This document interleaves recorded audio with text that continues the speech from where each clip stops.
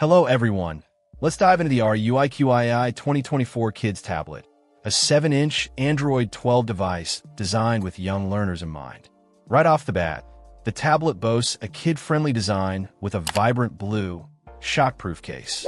The case has side handles that are easy for small hands to grip, and it even has a built-in stand, which is super convenient for watching videos or playing games without having to hold it the whole time.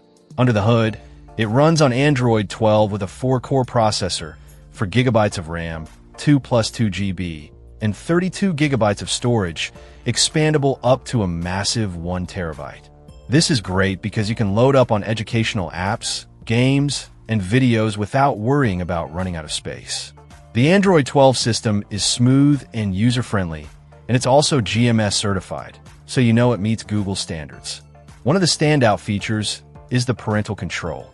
The tablet comes pre-installed with Kids Space and RUIQIai, offering a range of educator-endorsed apps and activities suitable for kids aged 3 and up. Think animal coloring, simple crafts, engaging stories, and fun puzzle games. Parents can easily filter content, set educational goals, and manage screen time, creating a safe and secure online environment.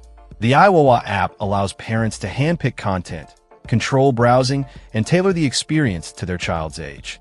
The display is a 7-inch screen with a 1024 by 600 resolution, which is decent for the price point. It's bright and clear enough for most activities, and the dual cameras are a nice addition for video calls or taking pictures. RUIQIai is backing this tablet with a 1-year warranty and a 30-day return policy, which shows they stand behind their product. If you're looking for an affordable and feature-rich kids tablet with robust parental controls and a durable design, the RUIQII 2024 Kids Tablet is definitely worth considering. It's a great gift option for birthdays, holidays, or any special occasion.